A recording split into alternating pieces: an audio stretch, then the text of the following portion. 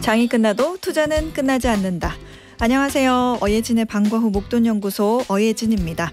8월 28일 목요일. 우리 시장에 이렇다 할 재료가 없는 요즘이죠. 하락 출발했던 코스피는 기관 매수세에 힘입어 상승 전환을 했는데 3,200선 회복에는 실패했습니다. 0.29% 상승한 3,196 기록했고요. 코스닥은 약보합 마무리하면서 798로 800선 아래로 내려왔습니다. 오늘 원달러 환율은 8원 70전 내린 1,387원에 장을 마감했네요. 지금 이곳 목동의 기온은 30.4도. 서울은 이제 조금씩 더위가 이제 꺾여가기 시작하는 것 같은 그런 분위기인데 여러분이 계신 곳은 어떠신가요? 어예진의 방과 후 목돈연구소 시작합니다. 자우림의 1717-1771 띄워드리면서 어예진의 방과 후 목돈연구소 문을 열었습니다. 1717-1771이 거꾸로 하면 I love you 뭐 이런 뜻이라고 하네요. 그 예전에 우리 삐삐 있잖아요. 삐삐에서 많이 쓰던 그 숫자 기억하시려나 모르겠습니다. 이찬희님께서 특별한 날이라고 문자 주셨어요. 오늘 둘째가 학교를 안 왔다는 학교 전화를 받고 이리저리 뛰어다녔습니다. 다행히 PC방에서 체포되어 학교로 연행했는데요. 제 생에 가장 더운 날에 뛰어다닌 날로 기억될 것 같아요. 아이고 우리 둘째 나중에 얼마나 엄마한테 효도를 하려고 이찬희님 얼마나 걱정 많으셨어요. 화도 났겠지만 걱정을 더 하셨을 것 같아요. 그래도 안전하게 있어서 다행이에요. 둘째야 엄마 잘 부탁해. 네. 전의재님께서 여기는 서울인데요. 정말로 뜨끈하던 바람에서 살짝 시원한 바람으로 바뀌었네요. 그죠? 그렇다니까요. 뭔가 기온이 좀 바뀐 것 같아요. 선선해지는 게 이제 본격적으로 꺾이는 것 같습니다. 드디어. 네. 자, 월요일부터 금요일까지 오후 4시에 문 여는 SBS 라디오 어예진의 방과 후 목돈연구소입니다. 무료로 SBS 라디오 들을 수 있는 어플 고릴라 그리고 유튜브 채널 시교라로 함께 하실 수 있습니다. 저와 소통 원하시는 분들은요. 단문 50원, 장문 100원의 유료 문자 샵 1035와 무료 어플 고릴라로 문자 보내주세요. 소개해드리고요. 추첨해서 커피 쿠폰 보내드리겠습니다. 오늘 1교시는요. 키워드로 한 주간의 경제 소식 훑어보는 시간이죠. 주간 키워드. 그리고 2교시는 창업 스토리부터 성공 노하우까지 꼬리에 꼬리를 무는 브랜드 이야기 꼬꼬부와 함께합니다.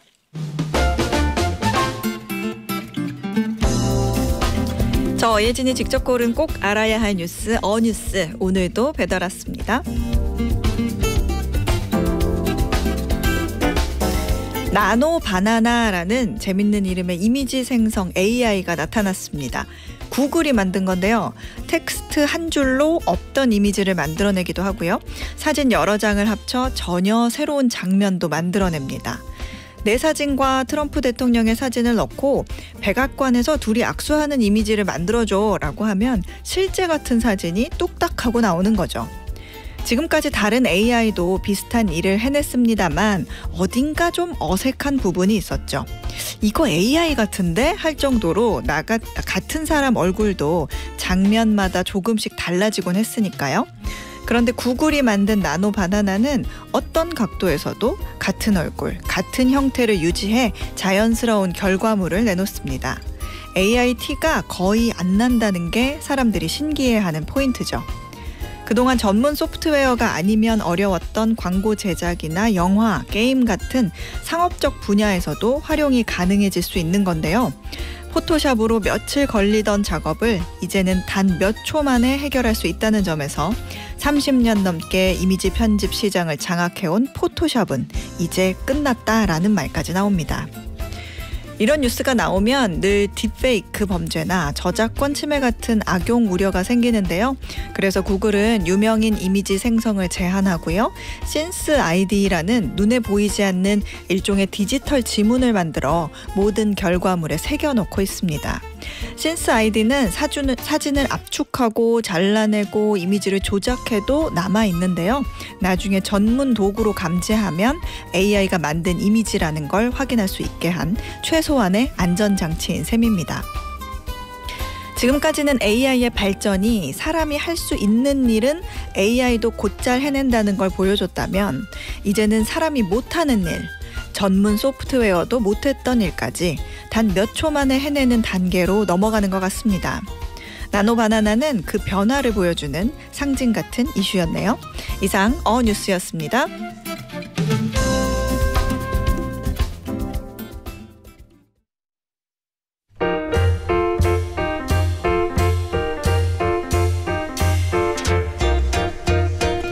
한 주 동안 세간의 이목을 끌었던 키워드로 경제를 맛깔나게 말아드리는 주간 키워드. 오늘도 한국경제신문 임현우 기자와 함께합니다. 어서 오세요. 네, 안녕하세요. 네, 이번 주 첫 번째 키워드부터 한번 알아보죠. 네, 첫 번째 키워드는 한미 정상회담입니다.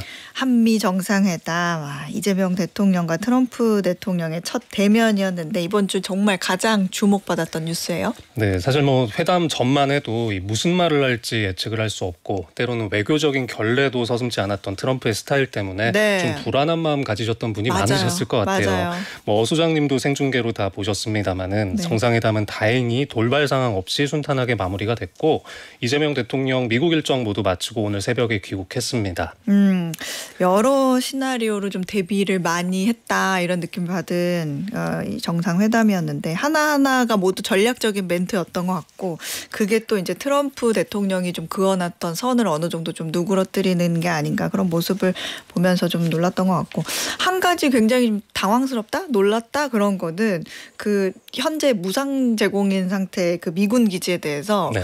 임대 리스가 아닌 오너십으로 좀 소유권을 가질 수 있는지 알아보고 싶다. I would like 이렇게 해서 저런 말을 구렁이 담 넘어가듯이 이렇게 쓱 하고 가네 하는 부분이 좀 놀라웠고 또 경제 현안에 대해서는 사실 좀 기자들의 질문을 통해서만 이제 트럼프의 일방적인 답변으로 그거를 조금 전에 듣는 게 마무리가 된 게 좀 아쉽긴 했었어요. 기자의 질문 시간 자체도 거기서 우리 대통령의 발언 기회가 좀 많았어야 했는데 그거를 트럼프 대통령 혼자 좀 주도적으로 가져갔다? 그런 느낌이 있어서 공동 성명도 없었고 좀 동등한 위치가 아니었나 하는 마음에 좀 아쉬운 게 있기는 했었어요. 다양한 평가가 계속 나오고 있죠.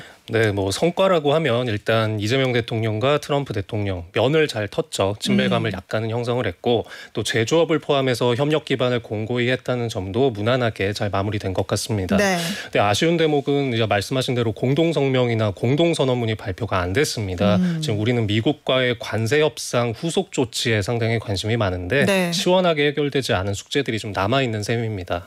그러게요. 좀 리더들끼리 나눌 수 있는 어떤 관세 협정도 큰 틀에서 뭔가 분명히 확인하고 싶은 것들이 있었는데 아무래도 내용이 확실히 확정된 게 없으니까 나오는 게 없지 않나 이런 생각이 좀 불안하기도 하고 일본도 좋게 하고 왔다가 나중에 이제 조금 난처한 그런 상황이 됐으니까 네. 일부러 전략적으로 그러는 것 같기도 한데 그래도 한미 조선업 그 마스가는 동맹이 좀 전보다 굉장히 끈끈해지지 않았나 그런 느낌 받았어요. 네, 정상회담 자리에서 트럼프 대통령이 한국 기업들이 선박을 매우 잘 만든다라면서 이 쇠락한 미국의 조선업을 부흥시키겠다는 의지를 다시 한번 드러냈고요. 한국의 역할도 요청을 했습니다. 자, 이재명 대통령이 필라델피아에 있는 한화 필리조선소를 방문해서 마스카의 기적을 현실로 빚어내자라고 이야기를 했는데 네. 이 장소는 미국의 낡은 조선소를 한화가 인수를 한 겁니다. 그래서 최근에 좀 상징성이 많이 주목받고 있습니다.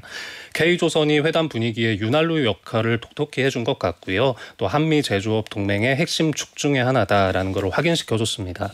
우리 기업들이 그 한미 정상회담을 계기로 해서 1,500억 달러 대미 투자 계획도 발표했잖아요. 네, 이번에 대통령을 따라서 대기업의 총수들도 미국에 많이 동행했습니다. 조선과 원전, 항공, LNG, 광물 등등 다양한 분야에서 미국 쪽과 총 11건의 계약과 MOU를 체결했습니다.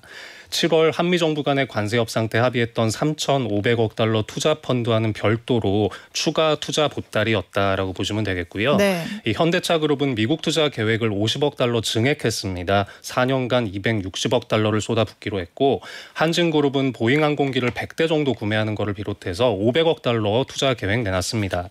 자, 이 11건의 계약과 MOU 중에서도 절반 이상인 6건이 조선과 원전 관련이었습니다. HD현대는 미국의 사모펀드, 또 삼성중공업은 미국의 조선사와 각각 협약을 맺어서 미국 조선업 재건을 위해서 공동 투자 나서기로 했습니다. 한미 정상회담이 좀 마무리가 됐지만 이제 관세 협상을 둘러싼 부분은 아직도 좀 줄다리기가 계속될 수 있다. 이런 우려가 나오더라고요. 네, 이 정상회담에서 양쪽이 의견 일치를 본 내용을 담는 게 이런 공동성명 같은 문건인데 좀 관례와는 다르게 이게 나오질 않았습니다. 물론 전략적으로 모호하게 남겨두는 게 현 시점에서 나쁘지만 않다라는 의견도 있기는 한데요. 이 구속력 있는 결과가 존재하지 않기 때문에 3,500억 달러 대미 투자, 또 농산물 시장 개방의 범위 등등을 놓고 불확실성을 완전히 제거하지는 못했다는 평가도 있습니다. 이 언론 보도들을 보면 우리 정부가 한미 정상회담 준비하면서 자동차 관세를 15%로 낮추는 거, 그리고 향후에 반도체와 의약품 관세에서 최혜국 대우를 명문화하는 것 등등을 요구를 했지만 불발된 것으로 파악되고 있습니다. 지난 관세 협상에서 이 상무부의 러트닉 장관이 언급을 했던 내용이기는 한데 이 내용을 문서로 만들자 이런 요구에는 좀 소극적인 상태라고 합니다. 이것 때문에 우리 자동차는 미국에 수출할 때 여전히 관세 협상 타결 전대로 25% 관세를 물고 있습니다. 이거는 일본과 유럽연합도 상황이 마찬가지인데요. 자동차와 부품 관세 낮추기로 했지만 시행이 미뤄지고 있습니다. 이게 기업 입장에서는 되게 애타는 거거든요. 그렇죠. 그러니까 사업 계획, 전략을 짜야 되는 문제라서 엊그제 그 미국의 국무회의 하는 장면 보니까 거기에서 트럼프가 한국이 좀 다른 시도를 하려고 했는데 결국은 합의된 내용을 우리의 합의된 내용을 존중해 줬다. 이런 말을 하는 거 보면 미국의 기존 입장이 계속 지켜지는 건가 이런 생각도 드는데 그러면 실질적인 성과가 없다는 얘기인가 걱정도 들고 근데 정확한 내용을 함구하고 있으니까 좀 답답하긴 해요. 근데 그런 점에서 볼 때 뭐 말씀하셨지만 한국을 좀 압박할 카드를 이제 사라지는 거 남겨두려고 하는가 사라지는 거 좀 꺼리는 건가 이런 생각이 들더라고요. 네, 여러 관측이 나오고 있는데 말씀하신 게 가장 유력한 해석으로 꼽힙니다. 미국으로서는 명문화를 늦추면서 최대한의 투자 약속을 끌어내는 거 이걸 유리하게 보고 있다는 겁니다. 이 정부 관계자나 통상 전문가들은 궁극적으로는 한미가 이제 문서화에 합의할 가능성이 높다고는 보고 있습니다. 다만 그 전까지 추가적인 양보를 좀 요구할 가능성이 있고 방위비 분담 문제도 엮일 수가 있겠습니다. 우리도 이제 협상이 좀 길어질 상황에 대비는 하고 있는데요. 이게 마냥 늘어지면 또 산업계에서 애가 탄다는 거 이게 좀 문제가 되겠죠. 그렇군요. 자, 이번 주 두 번째 키워드 볼까요? 네, 두 번째 키워드는 노란봉투법과 상법 준비했습니다. 노란봉투법과 상법 연이어 국회 본회의 통과됐죠? 네, 일명 노란봉투법으로 불리는 노동조합법 개정안 지난 일요일에 통과가 됐고 일명 덧센 상법이라고 불리고 있는 2차 상법 개정안 월요일에 본회의에서 처리됐습니다. 국민의힘에서는 표결을 거부한 상태에서 민주당 주도로 가결이 됐습니다. 법안 내용도 정리를 해보죠. 노란봉투법 내용부터 한번 볼까요? 네, 노조의 단체 행동 권리를 강화하고 또 파업에 대한 손해배상 책임은 제한하는 내용을 담고 있습니다. 윤석열 정부 때 대통령 거부권이 행사됐던 법안인데요. 이번에는 무난하게 공포될 것이 기정사실이고요. 6개월 유예 기간 거쳐서 시행될 예정입니다. 노조의 단체 행동권 강화라고 했는데 어떤 방식으로 더 강화된다고 생각하면 돼요? 네, 일단은 근로계약 체결의 당사자가 아니더라도 근로조건에 대해서 실질적이고 구체적으로 지배 결정하는 지위에 있다면 사용자로 본다는 내용이 있습니다. 이거는 이제 하청 노동자도 원청 업체와 직접 단체 교섭을 할 수 있다는 의미가 있습니다. 그러면은 이제 원청, 하청 이런 게 따지면 수십 개가 되는데 그럼 수십 개 노조와 일일이 사측이 교섭을 해야 되니까 이제 정부가 그 부작용을 좀 막자고 그러면 교섭 창구 일원화하는 제도는 계속 놔둘게. 그러면서 여러 노조가 있어도 하나의 창구로만 얘기를 해라. 그러니까 완충 장치를 남겨놓긴 했는데 또 이게 그러면은 이제 여러 노조들끼리도 이제 의견을 하나로 모아야 되니까 그러면 노조들끼리 또 갈등이 생길 수 있지 않냐 이런 우려도 있기는 하더라고요. 또 뭐가 있어요? 네, 그리고 또 노동쟁의의 요건이 완화된 것도 눈에 띕니다. 근로 조건에 영향을 미치는 사업 경영상의 결정 이것도 합법적인 파업 가능한 범주에 들어가게 되는데요. 기업들이 주장하는 건 이렇게 되면 해외 투자 결정하거나 정리해고 구조 조정할 때도 다 쟁의가 발생하지 않겠느냐 이제 이런 점을 우려를 하고 있죠. 그렇군요. 파업에 대한 손해배상 책임을 제한한다. 이런 내용은 앞으로 어떻게 시행이 되는 거예요? 일단 이 노란봉투법이라는 이름부터 좀 말씀을 드리면은요. 많이들 아시겠지만 2009년에 쌍용자동차 노조가 정리해고에 반발해서 벌인 파업에 대해서 법원이 47억 원 배상을 결정했던 적이 있습니다. 네. 이때 시민단체들이 노란 봉투에 성금을 담아서 전달한 거에서 이제 유래를 한 건데 무지막지하게 배상금 소송 걸어서 노조를 틀어막으려고 하지 말라. 뭐 이런 취지가 이제 법안 논의의 출발점이라고 할 수 있습니다. 현행법에서도 정당한 쟁의 행위 때문에 입은 손해는 기업이 함부로 배상 청구할 수 없도록 돼 있는데요. 다만 이번에는 노조의 선전전이나 피켓팅 같은 것도 추가돼서 기업이 손해배상 청구할 수 없는 범위가 더 넓어졌습니다. 그리고 손해배상 책임을 묻더라도 사람마다 이 파업에 참가한 정도나 임금 수준 등등을 따져서 개별적으로 책임 비율을 정하게 한 점도 있는데요. 일률적으로 다 때리지 말라는 겁니다. 그렇군요. 네. 덧센 상법 개정안 내용도 보죠. 덧센이라는 거는 기존 상법 개정안에 어떤 내용이 추가된 거예요? 일단 7월에 통과됐던 상법 개정안, 이제 이거를 1차라고 이제 부를 수 있는데 이사의 충실 의무 대상을 회사와 주주로 확대하는 것 등이 핵심이었습니다. 이번 2차 개정안은 여당이 그때 미처 다 담지 못한 조항들을 처리한 겁니다. 소액주주 권리를 강화한다는 방향성은 똑같습니다. 가장 눈에 띄는 내용이 자산 규모 2조 원 이상 상장사를 대상으로 집중투표제를 의무화하는 건데요. 법 시행 후에 첫 번째 이사 선임 주주총회부터 적용될 예정입니다. 집중투표제가 무엇인지, 왜 소액주주에게 유리한지 이것도 좀 설명이 필요할 것 같아요. 네, 이 주주총회에서 이사를 선임할 때 내가 갖고 있는 그 표들을 한 명한테 몰아서 줄 수 있는 제도입니다. 예를 들어서 이사를 이번에 3명을 뽑는다 이러면은 내가 갖고 있는 주식이 3표를 한 주당 3표를 갖게 되는데요. 네. 이거를 3표를 한 사람한테 몰아줄 수 있게 된다는 얘기입니다. 이렇게 되면 소액주주들이 갖고 있는 표의 힘이 상대적으로 커지게 되고 최대 주주 입맛에 맞는 사람만 내리꽂히는 게 아니라 이 소액주주가 힘을 합치면 원하는 이사들을 뽑을 수 있는 이런 가능성이 좀 높아지는 면이 있습니다. 이거는 자산 2조 원 이상의 상장사만 해당이 되는 건가요? 네, 이번에는 그렇습니다. 이 집중투표제라는 건 1998년에 상법에 도입이 됐었는데 이 대부분의 기업은 회사 정관을 통해서 집중투표제를 적용하지 않도록 정하고 있어서 실효성이 크지는 않았습니다. 이번에는 자산 2조 원 이상 되는 상장사는 정관으로도 이걸 배제할 수 없게 됐고요. 네. 결과적으로는 코스피 상장사의 4분의 1 정도가 대상이 될 걸로 예상됩니다. 이 개정안에 함께 담긴 내용 중에 분리선출감사위원 수를 1명에서 2명 이상으로 확대하는 것도 있는데 이것도 오너를 견제하는 기능을 하는 장치입니다. 이 재계에서는 경영권 공격 시달리게 되지 않을까 우려하면서 반발을 하고 있지만 또 증권가에서는 기업의 투명성이 높아져서 재평가 계기가 될 것이다. 이런 기대도 나오고 반응은 나쁘지는 않더라고요. 좀 지주사들 주가가 많이 들썩이기도 했습니다. 그렇군요.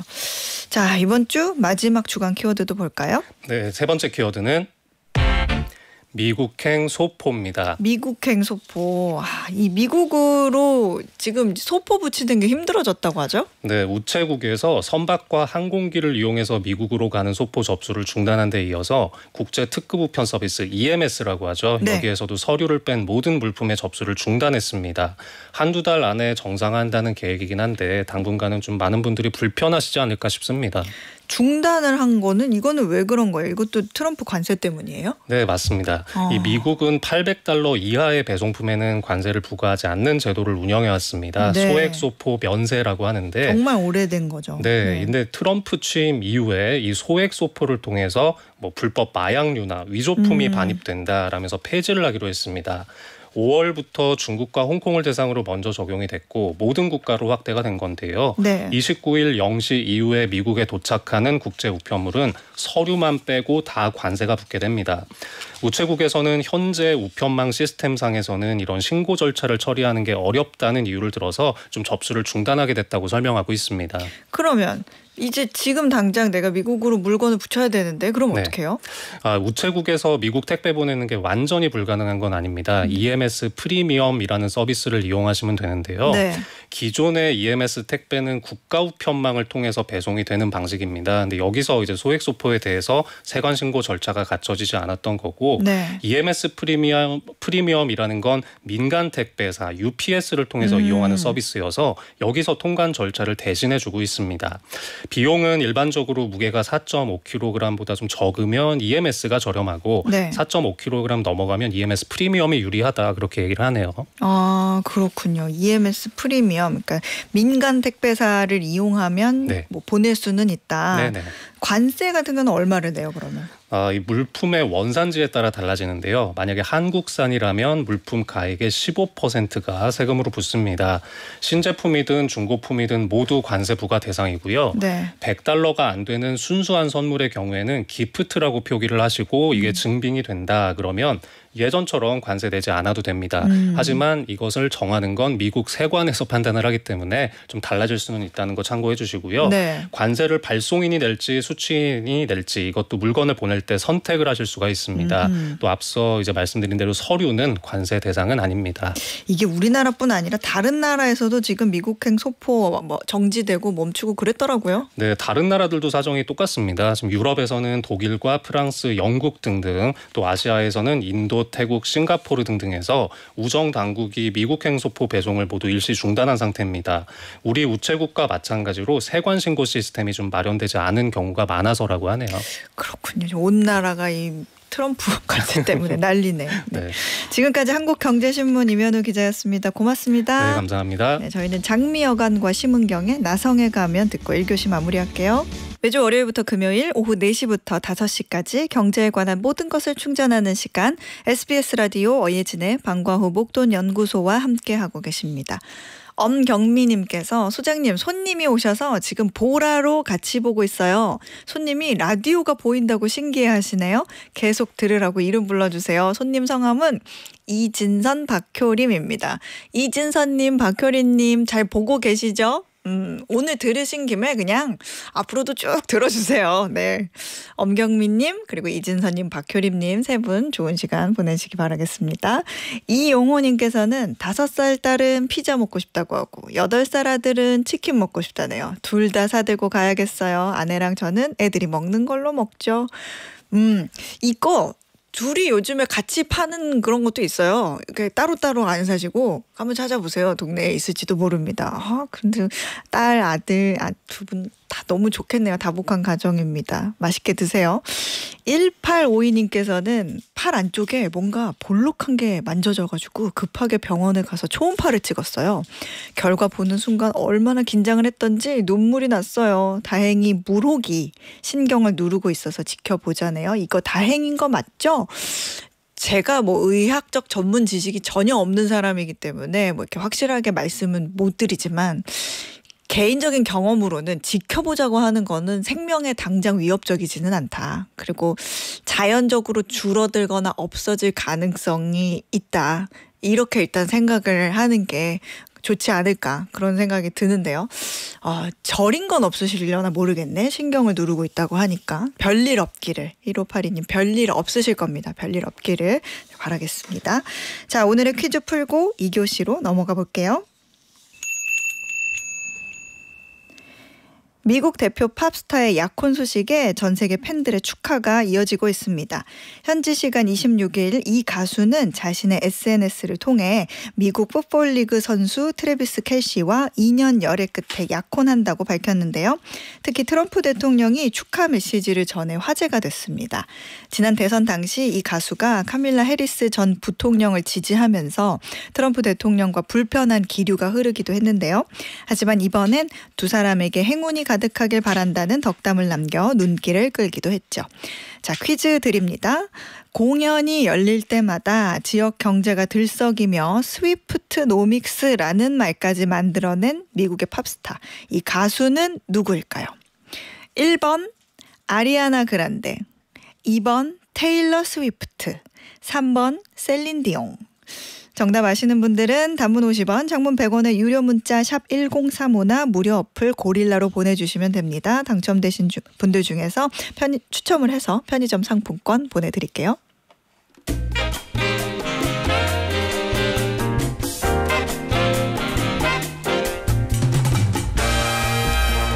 브랜드에 관한 모든 이야기 전하는 꼬리에 꼬리를 무는 브랜드 꼬꼬부 매일경제 추동훈 기자가 소개해드립니다. 어서 오세요. 안녕하세요. 네.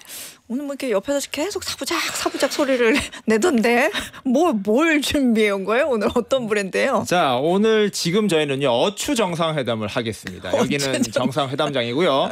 방명록을 작성을 해주셔야 됩니다. 네. 그래서 작성을 하셔야 되는데 네. 펜이 두 가지가 있습니다. 네. 한국 펜이 하나 있고요, 미국 펜이 하나 있어요. 네. 어떤 펜으로 서명하시겠습니까? 한국 펜이죠. 한국 펜이죠. 자, 그래서 한번 써보세요.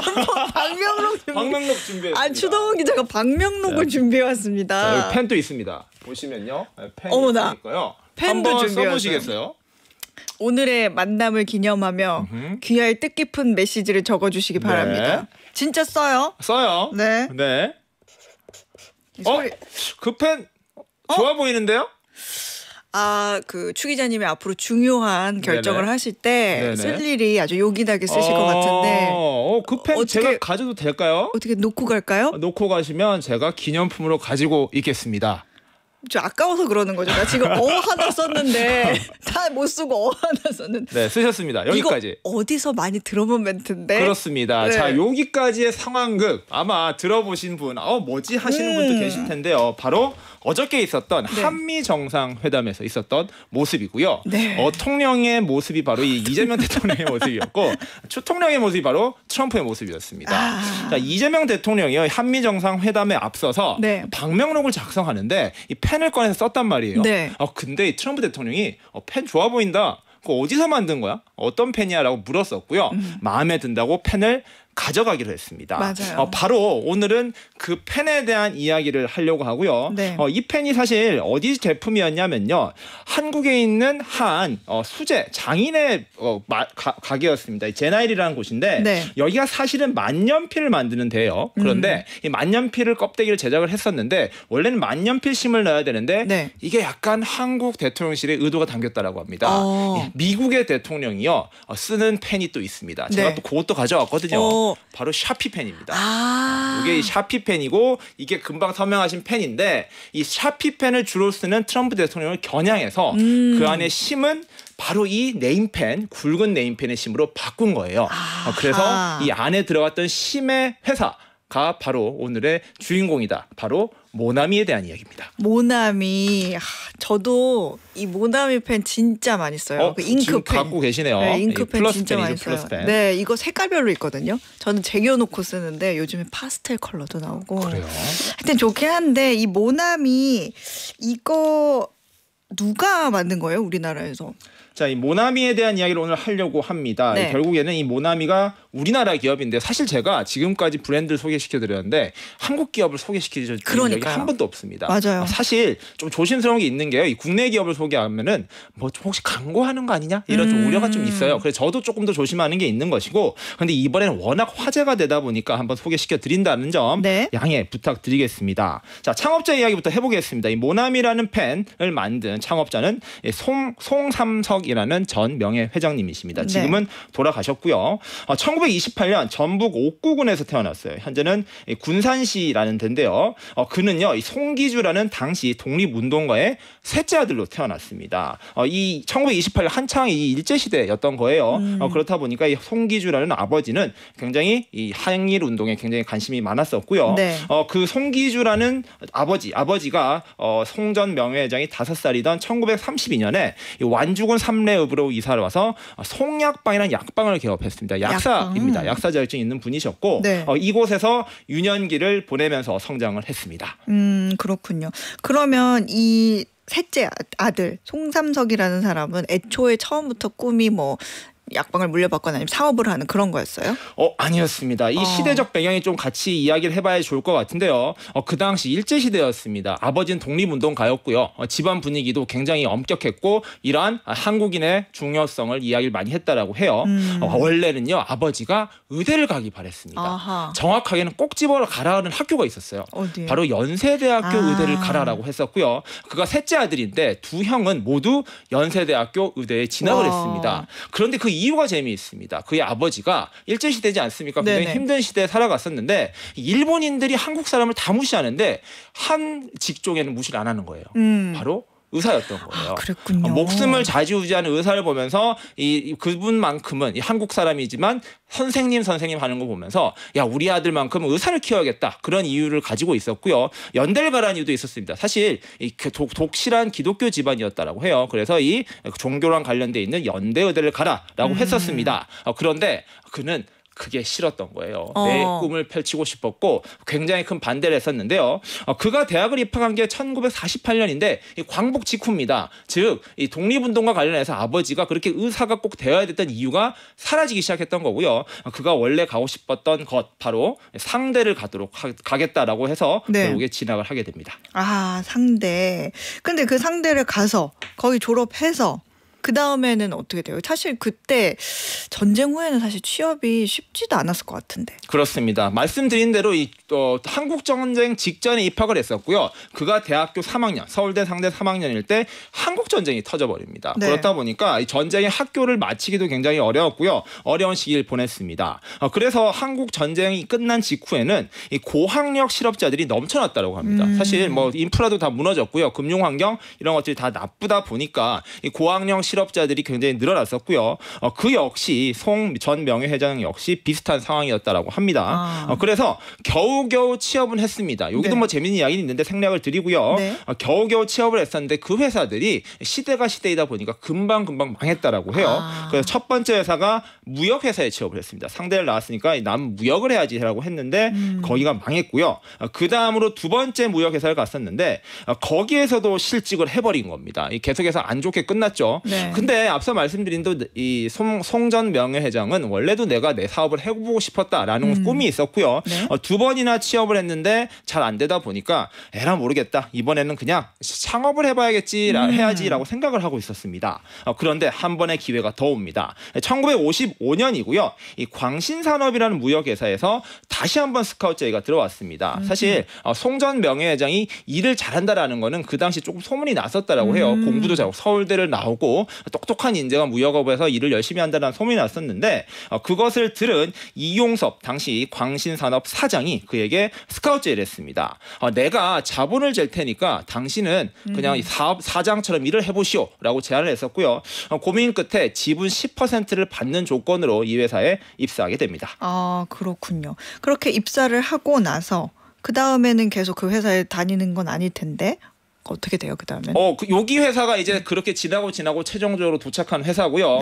이 광신 산업이라는 곳은요, 원래 일본에서 이 문구류를 수입하던 회사였다라고 해요. 문구류도 수입했고 염료를 수입했다라고 합니다. 당시 한국에서는 염료가 잘 만들어지지 않았대요. 그렇기 때문에 일본에서 만들어진 염료를 수입해서 이 섬유사에다 공급하는 이 물건대다 파는 일을 했었고, 또 하나의 일이 바로 일본에서 팔고 있는 문구를 수입해서 한국의 곳곳에 팔았던 것입니다. 그게 좀 제법 잘 장사가 됐었다라고 했고요. 그렇게 하면서 계속해서 사업을 확장해 나갔었습니다. 그런데 하나 또 변수가 생겼었는데요. 우리 대한민국 정부에서 이 한국 산업을 육성해야 된다라는 이슈가 굉장히 커지지 않았었습니까? 그로 인해서 한국에서 사업이 이루어지고 있는 것 같은 경우에는 외국 수입을 금지한다라고 된 거예요. 예를 들면 염료 같은 경우에는 한국에서 사업을 안 하고 있다 보니까 수입이 가능했는데 그때 또 알짜 사업이었던 이 문구류 수입이 막히게 된 겁니다. 그래서 이 송 전 명예회장은 고민 끝에 결심을 했습니다. 우리가 직접 물감과 크레파스를 만들자라고 결심을 했고요. 그렇게 탄생한 게 두 가지 물품이 바로 이 왕자 크레파스라는 것과 아세요? 몰라요? 저 모르는데요. 왜 그래요? 아시는 분이 있으셨군요. 이 왕자 크레파스라는 크레파스와 모나미 물감이라는 물감이 이때 탄생하면서 제조사로 변신하게 되고요. 회사 이름도 광신 산업에서 이제 광신 화학 제조 사업으로 이름을 바꿉니다. 아하, 광신산업에서 광신제조산업으로 제조사로 변경을 하면서 모나미 물감, 왕자 크레파스가 나왔군요. 근데 여기에서 이제 모나미라는 이름이 등장했는데 이거 순수 한글은 아닌 것 같은데 이름은 어떻게 생긴 거예요? 어제도 상한가를 쳤던 이 회사 이름이 모나미지 않습니까? 그런데 그 시작은요, 모나미 물감이 처음으로 나온 겁니다. 이 제품명에 모나미가 들었던 것이고요. 이때 왜 모나미라는 이름이 지어졌나? 이것도 재미있습니다. 모나미가 무슨 뜻인가 살펴보면요. 뭐냐면요. 이 몸이 프랑스어로 나이에라는 뜻이고요. 아미라는 게 벗이라는 뜻입니다. 이 프랑스 의류 브랜드, 패션 브랜드 중에 아미라는 브랜드 있죠. 네네. 그 아미가 이 아미와 같은 아미입니다. 갸요? 갸입니다. 바로 나의 벗이라는 뜻을 가진 프랑스어가 모나미가 되는 건데요. 한 직원이 그 당시에 불어에 심취하고 있었어요. 봉주를 하면서 혼자 불어 공부를 하고 있었는데 공모를 하니까 이 직원이 모나미 어떤가요? 라고 제안을 했었는데 처음에는 에이 그게 뭐야? 라고 했었는데 송전 명예회장이 생각해보니까 발음도 쉽고 괜찮네 라고 해서 이 모나미 물감이라고 지어졌고요. 이 왕자 파스라고 불리는 왕자 크레파스 같은 경우에는 네. 그 당시에 초등학생들, 어린아이들이 왕자 하면 굉장히 큰 이런 꿈이 있었다고 그렇죠. 합니다. 그런 것들이 멋지게 하다 보니까 심플하게 왕자 크레파스 이렇게 두 가지 브랜드가 탄생한 것입니다. 그렇군요. 모나미는 이제 그렇게 탄생한 걸 알겠는데, 그러니까 우리가 가장 익숙하게 알고 있는 모나미 볼펜. 이 볼펜은 사실 그 당시에 볼펜이라는 건 뭐 우리가 아예 없었던 건 아닌 것 같고 처음 개발한 것도 아닌 것 같은데 이 한국의 모나미 볼펜은 어떻게 만든 거예요? 자, 한국에서의 최초의 볼 포인트 펜, 이 네. 볼펜이라는 거는 모나미가 최초가 맞습니다. 이미 일본이나 외국에는 있었는데요. 한국에는 이 전후에 막 먹고 살기 바빴지 뭐 기술을 개발하고 이런 시기가 아니었던 겁니다. 자, 모나미 볼펜의 탄생 스토리도 굉장히 재미있는데요. 네. 공교롭게도 저희들이 플러스 펜과 네임 펜은 가져왔는데 모나미 153 펜을 안 가져왔네요. 딸깍딸깍. 그게 바로 대표 펜인데 이 모나미 153으로 대표되는 이 볼펜은요, 이 박람회에서 탄생하게 됩니다. 저희가 그 오티스라는 엘리베이터 네네네. 브랜드 소개시켜드렸죠. 그 오티스라는 브랜드가 뉴욕 만국 산업 박람회에서 딱 올라가서 자 봐라 나를 보시오 하면서 자기 인생을 바꾸지 않았습니까? 이번에는 한국에서 열린 국제 산업 박람회가 그의 인생 그리고 한국의 볼펜의 역사를 바꿨습니다. 1962년이었고요. 네. 서울 경복궁에서 열렸습니다. 자, 열렸고요. 산업 박람회니까 각종 제품들이 소개시켜 주는 대회인데 한국은요 사실 보여줄 게 별로 없었습니다. 그때 무슨 기술이 있었고 무슨 제품이 있었겠습니까? 그래서 이 모나미를 만들었던 광신 역시 어떤 제품을 내놓아야 되는데 사실 딱히 없는 거예요. 그래서 그 당시에 수입하던 회사 중에 일본 회사가 하나 있었습니다. 네. 오츠다 요코라는 회사인데 네. 우리 그럼 같이 출품해서 너희 제품을 좀 보여달라고 한 거예요. 그래서 박람회를 참석을 했었는데 거기서 소키쿠 과장이라는 이 현지 직원이 한번 한국에 왔습니다. 네. 근데 첫째 날 행사가 끝나고요. 앉아가지고 이제 일지를 쓰는 거예요. 일본에 보면 일지를 쓰는데 딸칵 착착착착 뭐 홍보한 제품도 아니에요. 그냥 일지를 쓰는데 뭘 쓰는 거예요. 근데 잉크도 없고 저건 뭐지 해서 봤는데 그게 바로 그 당시 일본엔 이미 보급이 됐었던 이 볼펜이었던 것입니다. 그가 그걸 처음 봤을 때 했었던 이 회상하면서 했던 말이 있는데요. 네. 이 거북머리처럼 하얀 몸통을 들락거리며 잉크를 술술 토해낸 녀석을 보면서 나는 그 자리에서 얼어붙는 느낌을 받았다라고 이야기를 했습니다. 그걸 이제 한국에서도 만들어야겠다 이런 생각을 한 거군요. 그렇습니다. 자, 그렇게 해서 그가 그에게 물었습니다. 이거 어떻게 우리가 좀 만들 수 없을까 하니까 이 볼펜은 우리가 만드는 게 아니다라고 대답을 해요. 이게 오토볼펜 지금도 있습니다. 오토볼펜이라는 회사에서 만드는 거고 우리는 그거 쓰는 거일 뿐이다라고 했는데 그래서 그러면 우리가 그 회사를 좀 연락할 방법이 없냐라고 물었습니다. 네. 결국에는요 이 송전 명예회장이 일본에 찾아가서 오토볼펜의 부사장을 만납니다. 그래서 이야기를 했었는데 일본에서 이렇게 제안을 줬습니다. 일단은 이 볼펜에서 앞에 만드는 잉크 정도만 너희들이 가져가고 나머지 볼심 만드는 거는 우리들이 걸 수입해 가라라고 이야기를 했고요. 그렇게 함으로써 1년 동안 연구 끝에 볼펜을 만들게 됩니다.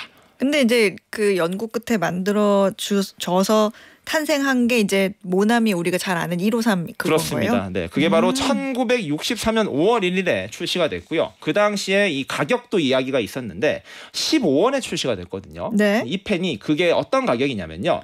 당시 버스 한 번 타는 요금이고 그리고 신문 한 부의 가격이 15원이었다고 합니다. 송전면회 회장이 이에 대한 이야기도 했었는데 한 버스 한 번 탈 정도의 돈으로 펜을 사면 되지 않을까라는 생각으로 출시를 했다라고 했고요. 그렇게 해서 모나미 153 펜이 출시가 됐습니다. 늘 궁금한 거는 이 153이라는 게 도대체 무슨 의미일까 하는 거거든요. 이것도 여러 가지 이야기가 있는데요. 네. 송전 명예회장은 또 공모를 했습니다. 네. 자, 이 회사 이 펜이 나올 건데 모나미 펜이라고 지어도 되지만 조금 더 재밌게 지어보자라고 해서 5월 1일에 출시가 돼서 501 펜이라고 짓자라는 아이디어도 있었고요. 네. 행운을 따르라고 77이라는 펜을 이름을 쓰자는 사람도 있었습니다.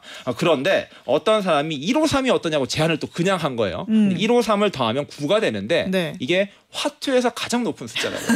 좋은 숫자 아니냐 이런 아이디어를 줬었고요. 네. 다들 이게 뭔 소리야 했었는데 송전 명예회장이 153이 뭐지 했었는데 성경 아까 되게 독실한 기독교인이라고 했죠. 네. 성경 문구 중에 예수의 제자 베드로가 잡은 물고기의 숫자가 153마리였더라. 이런 문구가 생각이 난 거예요. 이거는 신의 계시다라고 생각을 해서 여러 이유 끝에 153 펜이 출시가 됐습니다. 이거 처음부터 잘 팔려요? 이게 기대가 굉장히 컸었거든요. 네. 국내 최초의 볼펜이다 보니까 잘 팔릴 줄 알았는데 잘 안 팔렸다라고 합니다. 그래서 이 판촉 행사를 엄청나게 했다라고 합니다. 관공서나 은행 이런 데를 엄청 다니면서요. 뭐 펜 찾을 때 이거 한번 써보시죠. 이러면서 펜을 내놓고 하면서 홍보를 해서 인기를 끌었고요. 그 다음부터는 굉장히 인기를 모았습니다. 1970년대요. 무려 300만 자루가 한 달에 팔렸고요. 네. 80년대엔 700만 자루씩 팔리면서 군부대, 관공서, 은행 할 것 없이 모든 공공기관과 모든 집에 이 모나미 153 펜이 없지 않은 곳이 없을 정도로 국민 볼펜이라는 별명이 생겼습니다. 그러니까 예전에는 잉크 찍어서 펜으로 이렇게 썼으니까 이 볼펜이 정말 혁신이었던 것 같은데 그래도 위기가 중간에 있었을 것 같아요. 네, 뭐 이 다음의 이야기는 또 너무 길기 때문에 다 네. 소개시켜드리긴 어려울 것 같고요. 중간에 뭐 불이 난 적도 있었습니다. 공장 화재가 발생한 적도 있고요. 경영을 하다 보니 세금 폭탄을 맞은 적도 있습니다. 주가가 크게 폭락한 적도 있고요. 네. 여러 위기가 있었지만 송전 명예회장은요 전 재산을 내놓고 이렇게 모나미를 위해 헌신하겠다라고 이야기를 하면서 1997년까지 경영 일선에 있었고요. 그 이후로는 그의 아들 송하경 회장이 현재 회사를 이끌고 있습니다. 이렇게 들으니까 모나미 153이 한국 문구 역사의 진짜 산 증인 같네요. 네, 그렇습니다. 자, 이 모나미 153을요 단순히 필기구로 보면 안 된다는 것이죠. 네. 이 전쟁과 가난 속에서도 우리는 할 수 있다. 한국인의 저력을 보여준 자존심을 증명한 펜이 바로 이 모나미 153이라는 것이고요.